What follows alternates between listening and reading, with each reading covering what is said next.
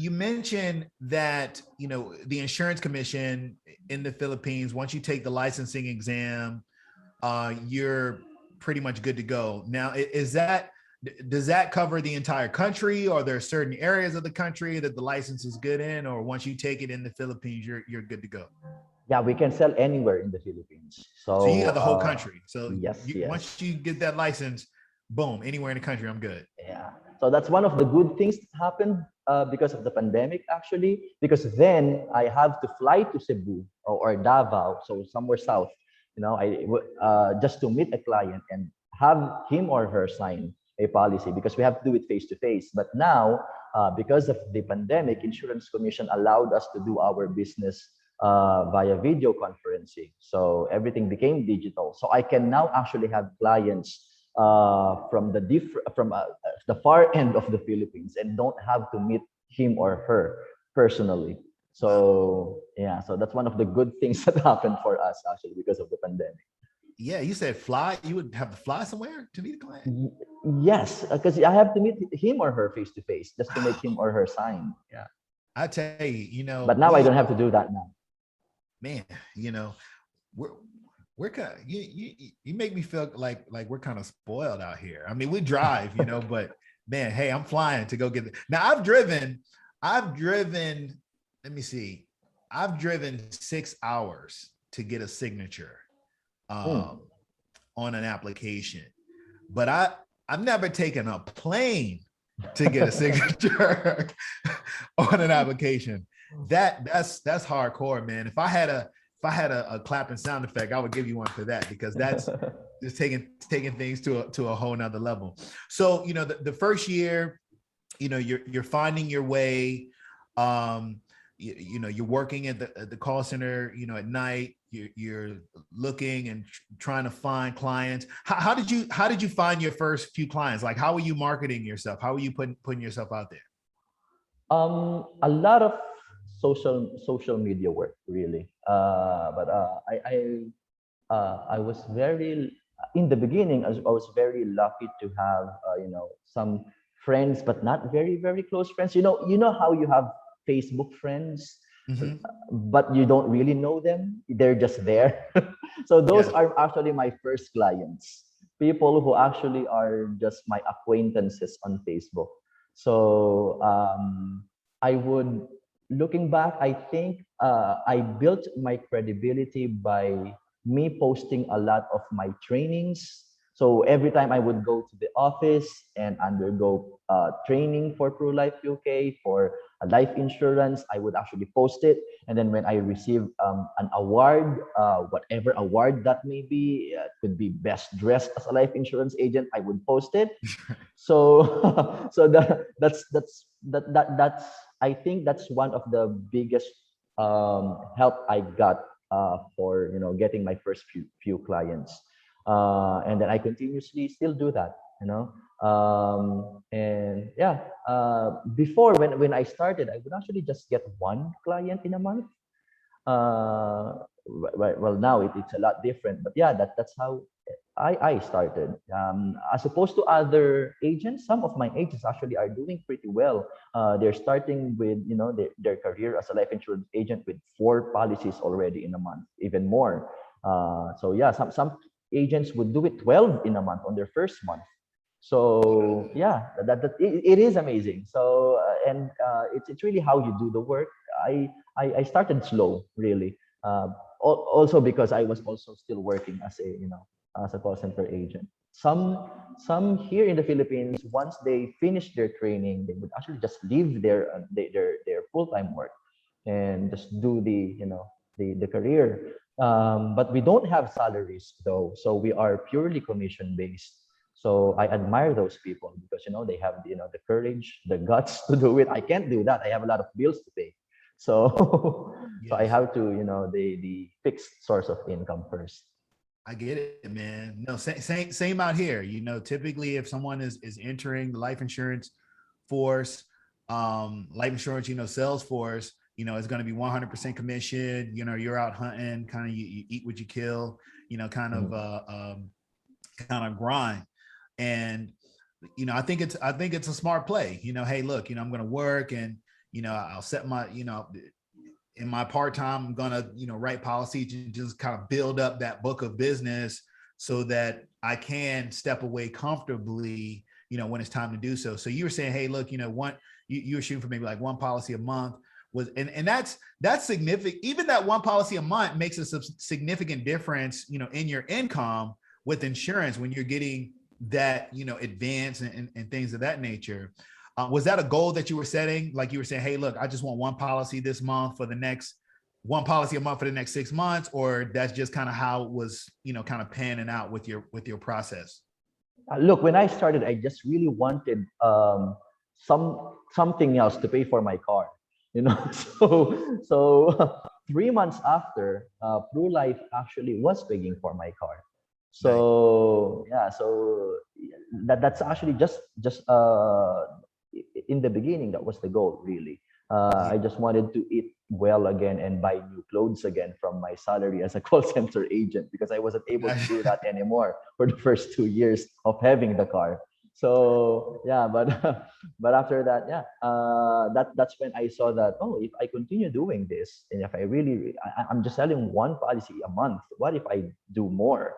You know, so yeah, that's when I came to realize the significant income that I could probably get if I actually do this full time. Yeah. And yeah, it took me, yeah, it still took me a while to do it full time. It took me, 4 years actually to do, Wow. or three Yeah. years, three 3 years. years to Yes. do it full Okay. time. Because I was, I'm earning, I loved my job as a call center agent as well. Only because of the people I work with, really. So it took me a while before I decided to leave the industry. But yeah, I was earning a lot in the call center industry, and then I was also earning the same amount with ProLife UK. So if I have both, then I have more money, Right. Right. basically. Right. But then it came to a point where I actually had a lot of clients already. I had agents already that I have to take care of. So the time that I have to spend with my career as a manager and as a Pro Life UK agent. I wasn't manager then when I went full time, but I have agents under me. I recruited, so I have to take care of them. So that's when I decided that it's not about the money anymore. It's just that I have to, to make sure that they also do well, and also for me to be able to give the best service that my clients deserve. And also I have to give that time to them. Absolutely. Absolutely. And you brought up, having agents and recruiting. I want to kind of shift and talk about, your transition from, just being an agent to actually being a trainer yourself and a sales team leader. When did that transition start to happen? So you're part-time, you're working at night.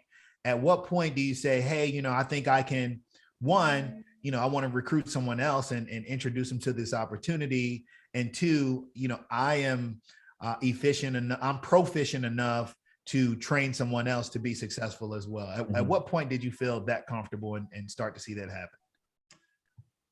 Look, I as a person I am very competitive, naturally competitive. I'm not sure if you know StrengthsFinder and Gallup StrengthsFinder, Clifton StrengthsFinder test.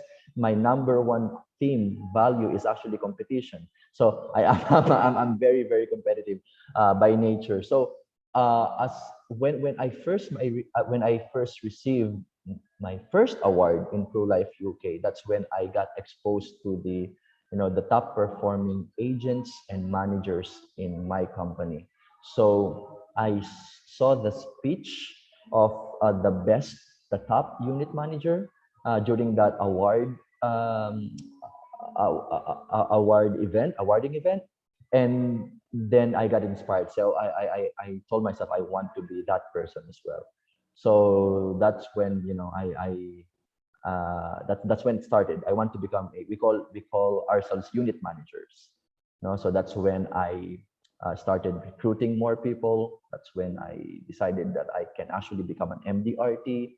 The plan was for me, because I did not have any leadership or managerial experience. So in my mind, my thought was, the only way for me to become an effective leader for my recruits if I lead by example.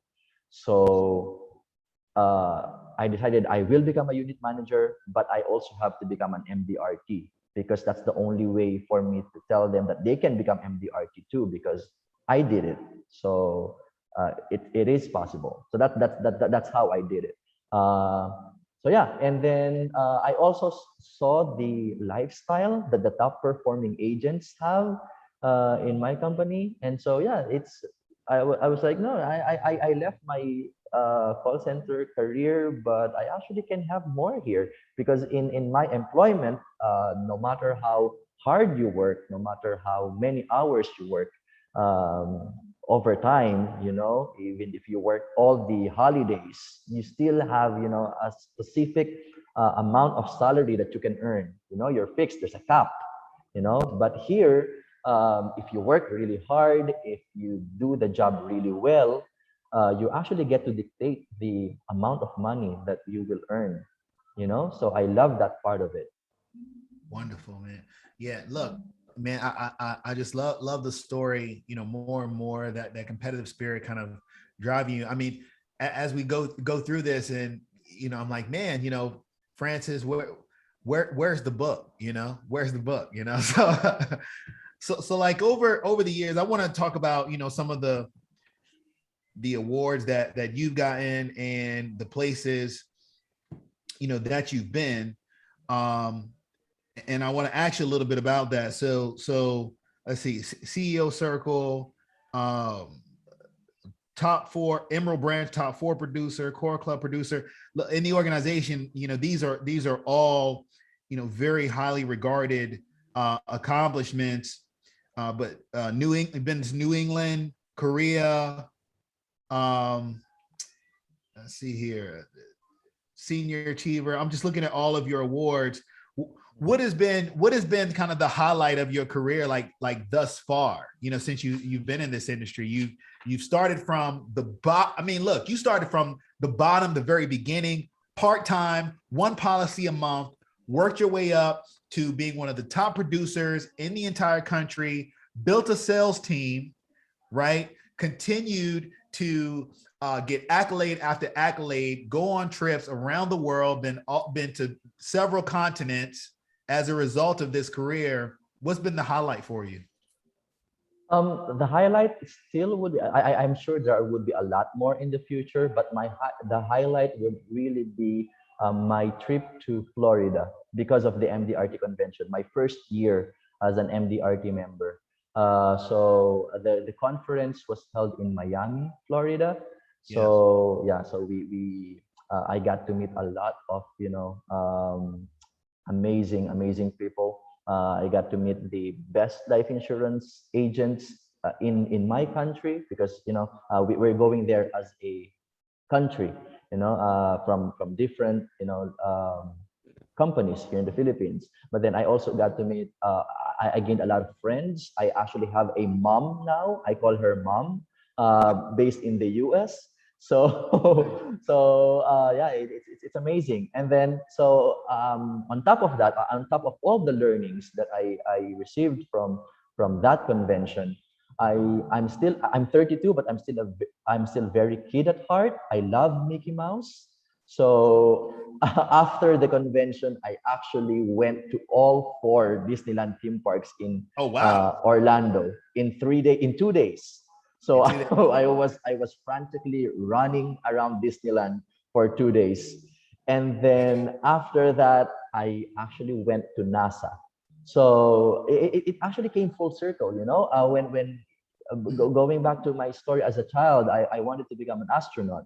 And so as you grow older, meeting an astronaut becomes impossible. So you wanted to become an astronaut, and then you realize it's impossible for you because of your circumstances, and then eventually you will realize how hard it would be to just even meet an astronaut. But then I got to meet one real life, and Wow. have him sign a shirt, you know. So it's amazing. In my 3 days in Orlando, I was actually bawling my eyes out. I was crying, and I was really really thankful and grateful of, you know, the opportunity that this industry has given me. And I can only imagine what it, you know, it could give more in the future. And I want that for as much people as possible, you know, if they can just see the potential of the industry, if they really just do the hard work. Because it's not, I'm not gonna lie, it's not gonna be easy. There are a lot of disappointments, rejections. There will be a lot of trainings that you have to go through, but that's the same in all industries, right? Yeah. If you really want to be the best in what you do, there are a lot of hard work. But some people just don't, you know, see the sales industry in the life insurance as, you know, what as one of the viable options for them. But it really is.